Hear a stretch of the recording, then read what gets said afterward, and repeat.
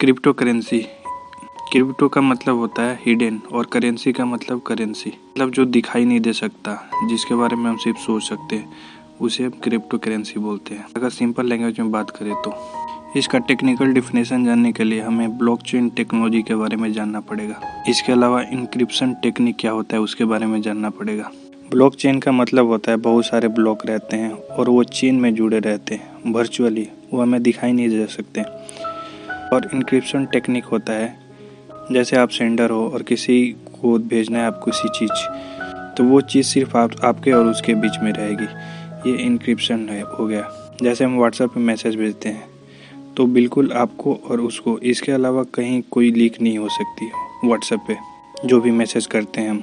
कि जब हम व्हाट्सएप पे किसी को मैसेज भेजते हैं और वो कभी जो मैसेज रिसीव करता है, इन दोनों के बीच में मैसेज इनक्रिप्टेड फॉर्म में होता है, यानी वो कोड के फॉर्म में हो सकता है ABCD या 1 2 3 ऐसे कुछ करके। अब अगर वो लीक भी हो जाए तो किसी को समझ में नहीं आए।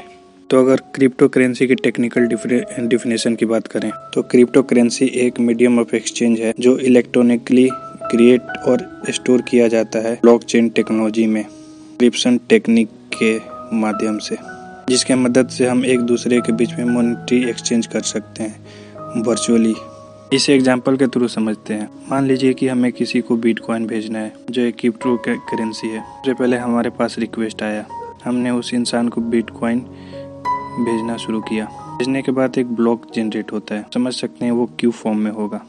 फिर वो ब्लॉक में काफ़ी ज़्यादा एल्गोरिदम होते हैं। एल्गोरिदम यानी मैथमेटिक्स।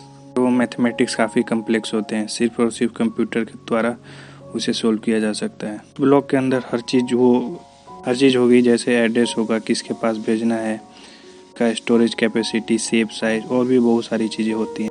इसके बाद ये ब्लॉक वेरीफाइड होगा ऑटोमेटिकली।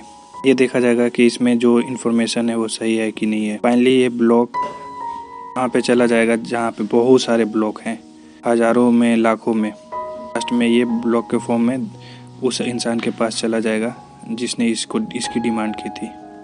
जैसे बिटकॉइन एक क्रिप्टो करेंसी, बिटकॉइन 2009 में आई थी, तब में इसकी वैल्यू $0.0001 रुपये थी और आज इसकी वैल्यू $65,000 एक बिटकॉइन की कीमत है। बिटकॉइन दो तरीके से जनरेट किया जा सकता है, एक तो आप किसी से खरीद सकते हो और दूसरा आपको माइनिंग करनी पड़ेगी। माइनिंग का मतलब बहुत सारे कम्प्लेक्स मैथमेटिकल कैलकुलेशन में बहुत सारे कंप्यूटर सेटअप लगाने पड़ेंगे। हो सकता है कि काफ़ी दिन तक माइनिंग करना पड़े, 1 महीने 2 महीने, उसके बाद आप एक बिटकॉइन जनरेट कर सकते हैं। इसके लिए काफ़ी ज़्यादा स्टोरेज कैपेसिटी चाहिए कि आम इंसान के लिए पॉसिबल नहीं होता है। इससे अच्छे वो बिटकॉइन खरीद ही लेते हैं। कुछ बिटकॉइन के बारे में जानकारी। सबसे पहले ये इंट्रिंसिक होता है, मतलब ये चीज़ है कि बिटकॉइन के बदले आप गोल्ड नहीं ले सकते। जैसे मान लीजिए कि आपने बिटकॉइन किसी को दिया और उधर से गोल्ड निकले, ऐसी कोई ज़रूरी नहीं है। बिटकॉइन कोई फिजिकल फॉर्म में नहीं रहता, बिल्कुल दिखाई नहीं देता, हम इसको सिर्फ समझ सकते हैं। जैसे हमारा कैश फिजिकल फॉर्म में हो सकता है, 100 रुपये में, 500 रुपये में, 1000 रुपये में, हम उसको छू सकते हैं, महसूस कर सकते हैं। लेकिन बिटकॉइन हम महसूस नहीं कर सकते।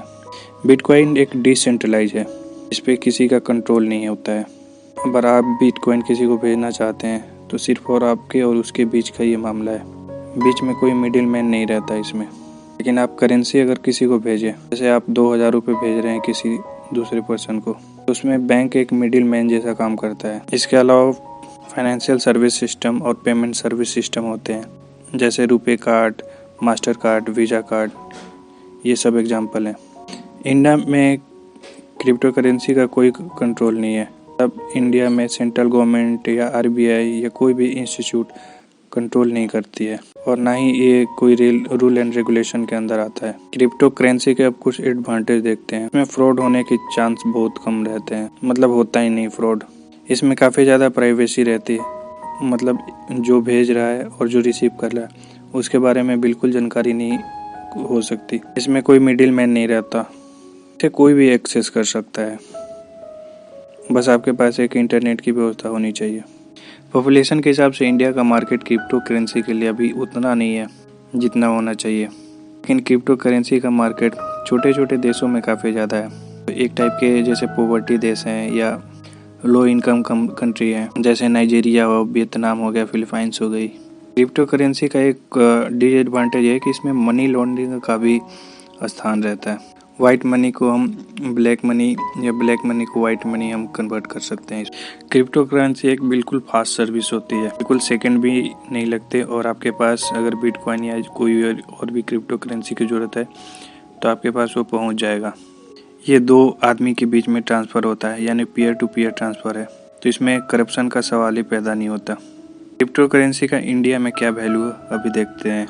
अप्रैल 2018 में आरबीआई गाइडलाइंस लाई थी कि क्रिप्टो करेंसी को पूरी तरह इंडिया में बैन किया जाए। फिर 2020 में सुप्रीम कोर्ट ने बोला था कि हम कम्प्लीटली इसको बैन नहीं कर सकते हैं, ये कॉन्स्टिट्यूशनल राइट को वायोलेट करता है अगर हम कम्प्लीटली बैन कर दें इसे। तो मेन आरबीआई इसलिए बैन करना चाहता है कि लोग अपना पैसा निकाल के बैंक से और इन सब में इन्वेस्ट करने लगे हैं।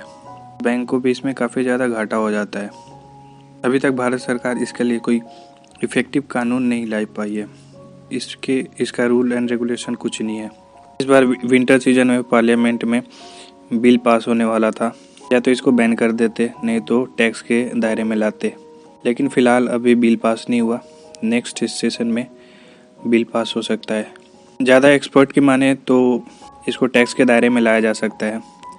बैन करना आसान नहीं होगा, क्योंकि अगर फिर से बैन करते हैं तो फिर से सुप्रीम कोर्ट इसको क्वेश्चन कर देगा जो बिल जो पास होगा इसके खिलाफ। अगर फ्यूचर में इंडिया में ये अलाउ हो गया तो आरबीआई ही पूरी कंट्रोल करेगी, क्योंकि इंडिया में मॉनेटरी पॉलिसी आरबीआई ही बनाती है। आरबीआई खुद का एक क्रिप्टो करेंसी लॉन्च करने वाली है, यानी फ्यूचर में गवर्नमेंट की क्रिप्टो करेंसी होगी और प्राइवेट की क्रिप्टो करेंसी होगी। एक डेटा के अनुसार इंडिया में 15 मिलियन क्रिप्टो करेंसी इन्वेस्टर हैं। हो सकता है ये ज़्यादा भी हो। एल सल्वाडोर पहला कंट्री बना जो क्रिप्टो करेंसी को लीगलाइज कर दिया है। क्रिप्टो करेंसी का कुछ डिसएडवांटेज भी है।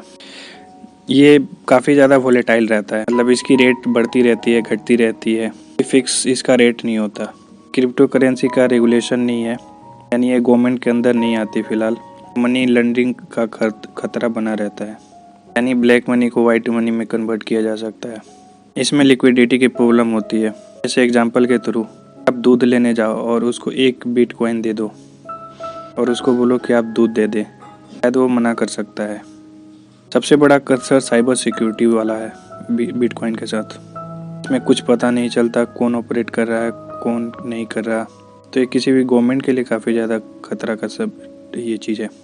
फिलहाल सच तो ये है कि बिटकॉइन का या और कोई भी क्रिप्टो करेंसी का आने वाले दिनों में मार्केट इसका बढ़ेगा ही। आने वाले दिन में काफ़ी ज़्यादा बड़ा मार्केट हो जाएगा इसका।